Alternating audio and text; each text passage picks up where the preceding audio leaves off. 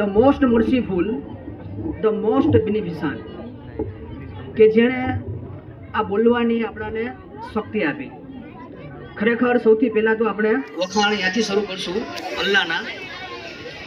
ત્યાર પછી હું એનો આભારી છું કે જેણે મને આ મંચ ઉપર બોલાવ્યો, જેમાં ખાસ કરીને આ સ્કૂલનો જે સ્ટાફ છે, આમ ગણો તો બધા પ્રિન્સિપાલ જ છે, નદીમ વરામ છે, જુનેદ પઠાણ છે, શબીર સમા છે અને મજીદ સાહેબ છે, અને આ બાકીની જે બેંગનો જે સ્ટાફમાં છે. છેલ્લા મારો બાળક પણ અહીંયા અભ્યાસ કરે છે, 15 કે 20 દિવસથી સતત ઓવર ટાઈમમાં બાળકોને સતત મહેનત કરાવીને આ પ્રોગ્રામ તૈયાર કર્યો છે. અને બીજા નંબરમાં ખાસ કરીને જે હાજર છે એ લોકો બધાને ખરેખર મારે શાબાશી આપવી છે. એટલા માટે એક કસરત આપણે કરવાની છે. હું કહું એ રીતે એકવાર માટે કરીને અહીંયા થોડીક ધ્યાન રાખજો.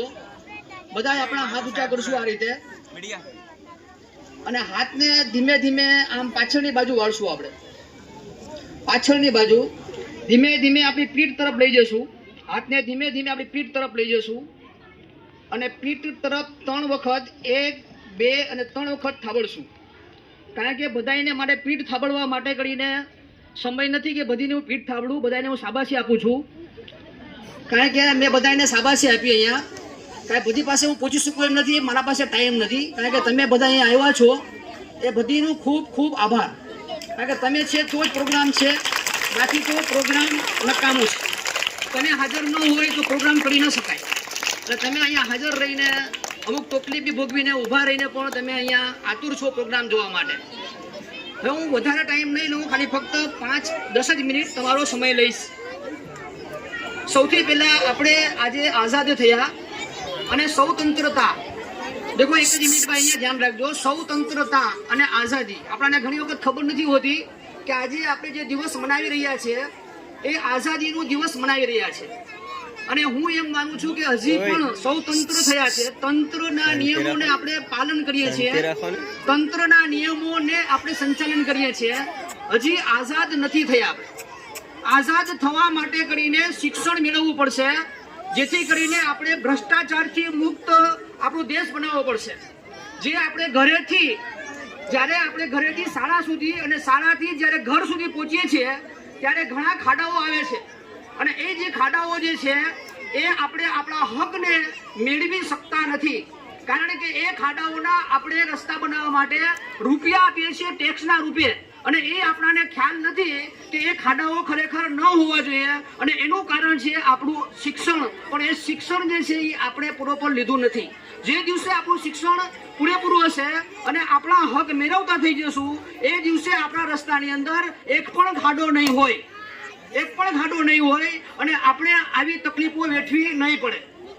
એટલા માટે આપણે સામાજિક અસમાનતાથી મુક્તિ મેળવવાની છે, કે જે ઉચ્ચ નીચના ભેદભાવો છે, જે ઉચ્ચ નીચના ભેદભાવો છે કે ભાઈ આ કરોડપતિ છે અને આ ગરીબ છે, આ હરિજન છે, આ હિન્દુ છે, આ મુસલમાન છે, એ ખરેખર એકતા જ્યાં સુધી નહીં થાય ત્યાં સુધી આપણો દેશ આઝાદ નહીં થાય. બીજા નંબરની અંદર કુરિવાજો, જે પ્રકારના જે આપણા રિવાજો છે, જે રિવાજો આપણે ખરેખર મનાવવા જ ન જોઈએ. આપણા સમાજના જે મેન મોટાઓ આપણને કહે છે વારંવાર, છતાં મોદી સાહેબો કહે છે, કારણ કે જે આપણા દેશને આઝાદ કરવા માટે 40,000 મૌલાનાએ આ કુરબાની આપી છે, તો આપણે અહીંયા પહોંચ્યા છે. 40,000 મૌલાનાએ કુરબાની આપી છે, એના ખાલી ફક્ત 4-5 નામ આપણા સામે આવે છે. અને અહીંયા આપણા હાજર જે છે, ખાસ કરીને જે મહેમાનો છે એમાં મોટા ભાગના મારા વિદ્યાર્થીઓ છે. ખાસ કરીને યાસીનભાઈ છે, ડૉક્ટર યાસીનભાઈ પદા છે, શોએબ કાલવાત છે, કાશિફભાઈ સમા છે, એ મારા બધા વિદ્યાર્થી છે. ઇનુસભાઈ કુલાડા છે, બરાબર, જુનેદ પઠાણ છે, નદીમ વરામ છે, શબીર સમા છે. એક દિવસ જ્યારે હું અભ્યાસ કરાવતો હતો ત્યારે મેં કહ્યું હતું કે એક દિવસ એવો આવશે કે હું નીચે બેઠો હોઈશ અને તમે સ્ટેજ ઉપર બેઠા હશો. કારણ કે એ જે છે એ શિક્ષણ છે. આજે હું નીચે બેઠો છે અને એ લોકો આજે સ્ટેજ ઉપર બેઠીને મને બોલાવે છે. કારણ કે શિક્ષણ એ વસ્તુ છે કે ક્યાં સુધી આપણને પહોંચાડે છે. એટલા માટે હું ટૂંકમાં આ એક આપણે સ્પીચ તો વારંવાર સાંભળતા હોય છે, મારું સૂચન એ છે, ફક્ત હું સૂચન આપવા માંગુ છું કે ભાઈ શિક્ષણ એ રીતે આપો કે જે આપણો પાયો જે છે એટલો મજબૂત થાય. આજે દિવસે આપણા આઝાદીના દિવસે, કારણ કે આવા તો ભાષણો આપણે વારંવાર સાંભળતા હોય, શિક્ષણ એવું આપ્યો કે ટેકનિકલ શિક્ષણ આપો કે બાળક જે છે એનું પોતાનો હક અને પોતાનો ન્યાય જે છે એ મેળવતા થાય. કારણ કે હક જે છે, કારણ કે આજે દેખો ભ્રષ્ટાચારના કારણે લાયકની જગ્યાએ ના લાયકો 70% બેઠી ગયા છે.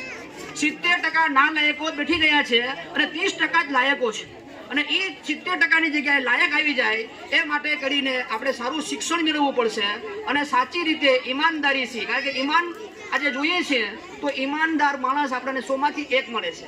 અને એક લાસ્ટ એક કવિતા બોલી દઉં છું એક ઈમાનના બાબતમાં કે એક દિન નિકલા મેં ઈમાન કી ખોજ में, एक दिन मैं निकला ईमान की खोज में, चलते चलते मैंने एक दरवाजा खड़खड़ाया.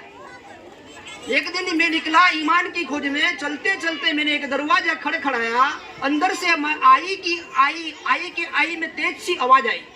दरवाजा खुला तो मैंने देखा कि एक औरत खड़ी है. मैंने पूछा ईमान जी घर पे है? उसने जवाब दिया ईमान जी को तो गुजरे साल हो गए, अब इस घर में बेईमान जी रहते हैं. मैंने पूछा ईमान जी की एक ने एक पुत्री थी गरीबी, अब वो कहाँ रहती है? उसने जवाब दिया कि गरीबी ने अपनी जवानी बर्बाद कर ली, टीचर के साथ शादी कर ली, वो पीछे वाली झुपड़पट्टी में रहती है. मेरी भी एक पुत्री है, नाम है उनका रिश्वतखोरी, आज उसी से चलती है दुनियादारी. मेरा भी एक पुत्र है, नाम है उनका भ्रष्टाचार, वो सामने वाले बंगले में रहता है, वो लोग बहुत प्यार से उन्हें शिष्टाचार कहते हैं. वाह वाह वाह.